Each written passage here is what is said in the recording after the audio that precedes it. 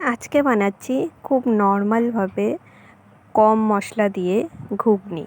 তো এখানে প্রেসারের মধ্যে আমি ঘুগনি আলুটা সিদ্ধ করে নিয়েছি।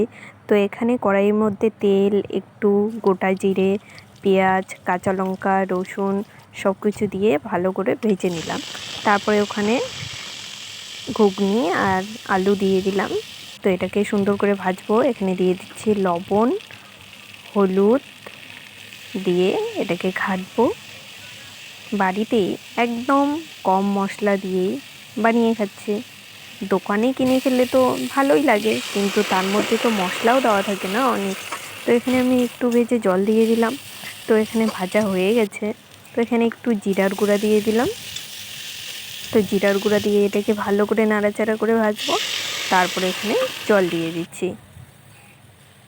জলটা তোমরা তোমাদের মতো করে দিবে, যার যতটা ভালো লাগে সে ততটাই দিবে। এখানে মিট মশলা, একটু গরম মশলা দিয়ে একটু জাল দিয়ে তারপরে নামিয়ে নেব। ব্যাস শেষ।